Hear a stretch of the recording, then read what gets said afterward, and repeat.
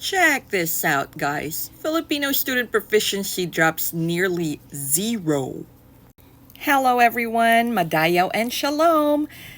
I really need to make a comment on this because I am a teacher. Okay, it says here that Filipino student mastery drops 30% in grade 3 and a staggering nearly 0% by, 0.47% by grade 12. What are we doing? What on earth are we doing? All right, here is what I think is happening. This is a systematic thing. It is not an instant click. Oh, these kids are so, or we're breeding stupider and stupider kids. Actually, yeah, we are breeding stupider kids. It's a breeding thing, and it's not a genetic thing, because I believe we all have the capacity for it, even special kids. And right now, I think everyone has declared their kids, 70% of them at least, special. All right, so, well, my mom was the type of mom who would take no prisoners. You know, everybody had to know how to do housework. Everybody had to know how to tie their own shoelaces. Everybody had to know how to commute going to school in a Jeep, in a tricycle, the works. It's midnight, find your way home. Yeah. Anyways, the thing is, right now, here's what me as teacher Maida, what I see because of my experiences as a teacher. And if you get offended, maybe you have to check if you're doing this, okay? Most schools and parents have this attitude of less and less consequences for their child. I know in our generation, like Gen Z, millennial, that we had a lot of corporal punishment in school. I had been like ruler getting slapped on your hands for not copying the blackboard fast enough. Yeah, we had that. I'm not saying we're going to do that, but now we lost any kind. You know, it went to the pendulum swung the other way. We could not do anything. If you even just raise your voice, you get a complaint. Oh, I've been so insulted, verbally abused. Excuse me, this is school. Yeah, you're gonna get a verbal abusing when you don't do things in class, when you are disruptive in class. And because we took out all of those restrictions, I'm not saying you have to be verbally abusive. I'm just saying, a little, hey, stop that. It's not verbal abuse. Get it? And a little, hey, you didn't do your homework is not verbal abuse. I got a complaint from a child once because I didn't even shout. I just said the following did not have their homework. And then she complained because her name was there. She wasn't even in class. And somebody just told her, hey, you're one of the people in the list that didn't have their homework. Teacher might have said to tell you to bring in your homework. And then she complained. And if you are that child, let me know if you've made it in college, okay? If you got a job after. Yeah. Anyways, what I am saying is the lack of consequences. Even like heinous crimes, and I've seen this. Heinous crimes. I've been in a school where there was a child who raped one of my students raped another one of my students. Different classes. And he got off scot-free. Why? Because the school didn't want to deal with it, or I don't know, maybe the parents knew the school. I'm not privy to that information. Anyways, before I left, I told one of the higher-ups teacher that, I was so disappointed that fast forward 5 years into my teaching, nothing happened to that case. It got swept under the rug.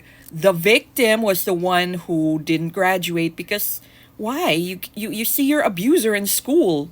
She would freeze up. Anyways, and other things. We want to get rid of students. We don't invite them back in school, but there isn't quite any consequence. We have students who got kicked out of prominent schools And we're like, why are we accepting them? You know, it says here, it's noted here that this person has a behavioral thing. That's why he is not allowed to enroll back in, I don't know, or other schools. And and we will let them in. Oh, because Teacher Maida, we are compassionate. Yeah, compassionate only gets you so much. Tell me about compassion when said student disrupts class. And we have a lot of disruptive students in class. And some of my disruptive students are not even the loud type of destructive. No, they're the insidious type of destructive. You know, they will befriend everybody in class. Everybody would love them. Like, wow, this guy is so great. Or, hey, he plays Fortnite with me. And and then that student would be like, let's not do anything in class. Let's not submit anything in class. Let's see what the teacher would do. 50% or even 90% of the class is not submitting their work.